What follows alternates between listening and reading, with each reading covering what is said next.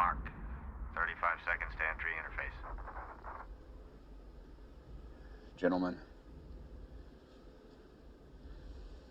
it's been a privilege flying with you. Stereotyping Jews is terrible.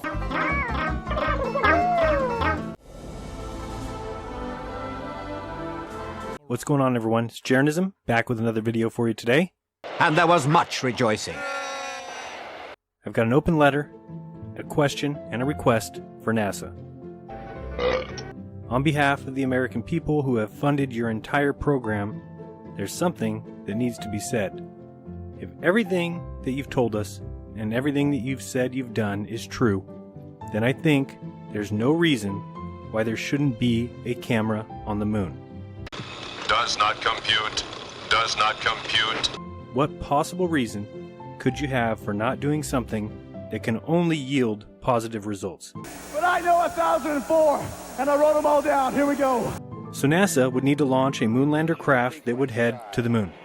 And if we're going to discuss finances, we can just look back to 2007 and recall the launch of the mission Themis, a moon orbiter that has been measuring the auroras in the Earth's magnetosphere and still is operating today.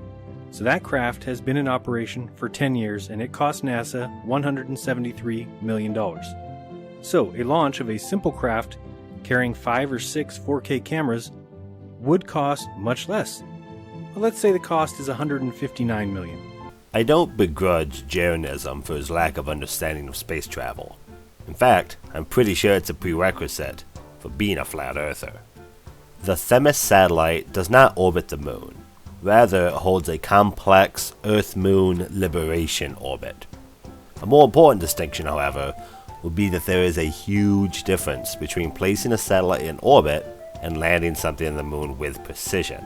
Just like how difficult the Curiosity rover's landing was. Your off-the-cuff price analysis is essentially meaningless here. So, that being said, let's look at all the positive effects that would be a direct result of NASA placing a camera on the moon. Number 1, set it and forget it. Since we always see the same side of the moon, all you need to do is land there at the Apollo 16 landing site, point the camera at Earth, and forget it. That camera view would always show the Earth from the moon. Sure, I guess that's true. I don't see how not having to move the camera is a positive effect of this mission, though. Don't move. Can't see us if we don't move. Number 2, you could prove the moon landings. Numbers vary, but some polls have it at 7% and some have it as high as 40%. Well, NASA, this would be your chance. Land the craft near the Apollo 16 landing position, pan the camera, and show us the LEM and the rover. You want NASA to spend hundreds of millions of dollars just to prove the moon landings? What's next? That the Earth is round? Wow, cool. Wait a minute. The fuck? Number 3, you can actually change flat earthers' minds. Oh, that is quite important, yes. They're not as important as me. I'm very important. It's going to be real hard to deny that the Earth is a ball when people see from the moon the ball Earth spinning in space. One of the reasons many people are flat earthers is because none of us have ever seen the things we're asking NASA to show. I find it highly questionable that flat earthers would accept a moon camera as fact given the preponderance of evidence from NASA they already deny. You guys think NASA has been faking the ISS for how many years now, but would accept a camera on the moon? I don't believe you. Number 4, it would be the first ever live stream of the Earth from space, seeing the Earth in its entirety. Okay, but that's not a positive effect of the mission. All you did was repeat the purpose of said mission. Toby is doing a big wee down the stairs. Number 5, it would be the first time we would get non-composite images of our Earth. How can there be no non-composite images taken of where we live? This would solve that problem. This point is actually part of a larger argument I'll make later. But to answer his inquiry, we have plenty of non-composite photos of Earth from space. The Epic satellite takes one every day. Number 6. It would be the first live stream from space to show the Earth spinning in space. Seems like something we should have already. We don't. This would solve that. Point 6 is the exact same as point 4. And your point 4 was just stating the purpose of the mission. I'm as surprised as you are. Number 8. Easy and clear proof and observed data, empirical evidence of what's going on during eclipses. I know what you're wondering. Where is point 7? Well, there isn't one. I didn't edit it out. Jeranism somehow skipped point 7. I'm sure it was a very good point as well. Can you dance the polka? No need for your misaligned diagrams, for your scales being incredibly off, for your backwards spinning Earths.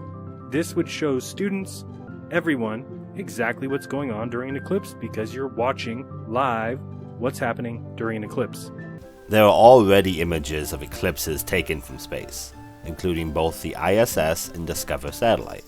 It's not NASA's fault that you are willingly ignorant of the evidence presented to you and refuse to understand a basic concept like an eclipse. Number 9. Think of the education opportunities that this presents. The time-lapse videos, the video footage. Aren't those all the same thing? Using it in schools, showing children rather than telling them exactly what's going on in the sky above them. I agree, that would be cool. For about 10 seconds until the kids get tired of the live stream and go back to their Razor scooters or hopscotches or whatever kids do these days. Am I so out of touch? No, it's the children who are wrong. Number 10, payback. All of NASA's money comes from the citizens of this country. USA! USA! USA! The very least that they can do, the very least, is provide video footage of where we live from space. I think the argument being made here is NASA owes the American taxpayer a moon camera. I somehow doubt you will get that line item approved by Congress. I should also note that NASA already provides plenty of free images, such as those from the ISS and Discover satellite. I feel like I keep repeating myself for some reason. I don't repeat myself. 11. Science denial. There's a lot of people who deny science. This would help to reduce that number by showing things rather than telling people. It's hard for people to deny things that are being shown to them right in their face. Flat Earthers have denied every single image taken from space in the past 60 plus years. But a moon camera would be enough to shut them all up? That is literally the dumbest thing I've ever heard. Number 12. This would be the #1 live stream of all time. It would be seen by more people than any live stream ever made. NASA should fly a camera to the moon for YouTube views? Let me handle this. That idea is just the worst. Number 13. If NASA has problems with the cost of this mission, by simply allowing advertising agencies or companies, corporations, businesses, stores, Walmart, Target, AT&T, to buy 1-hour time slots where they would have their logo on the screen during the live stream. I don't want to live on this planet anymore. Now that you have heard Jeranism's argument for a moon camera, let me give you my argument against one. There is nothing to gain scientifically from a camera on the moon facing the Earth. What new scientific insight would be provided by a moon camera that is not already gained via less expensive or existing options? What can be gained from a camera on the moon that is not already gained by the Epic camera on Discover? Besides them spicy hot YouTube monies, of course. We're in the money. Jeranism's core issue is that he does not understand the purpose behind satellites such as the Discover, which does take non-composite, full images of the Earth. The purpose of the Discover satellite is not to take publicity pictures to generate ad revenue, it is to provide data. Specifically, the Epic camera is not just popping snapshots, It's gathering valuable data at 10 separate wavelength frequencies, allowing for a look at the planet like never before. Will we eventually get a video camera, providing a live feed out in space someday? Perhaps. I can envision it privately being funded someday, at least. Alas, NASA's not in the business of... So, a launch of a simple craft carrying 5 or 6 4K cameras to appease a very small group of ignorant people on YouTube. Better get saving those pennies, Jonism. About 7 at a time.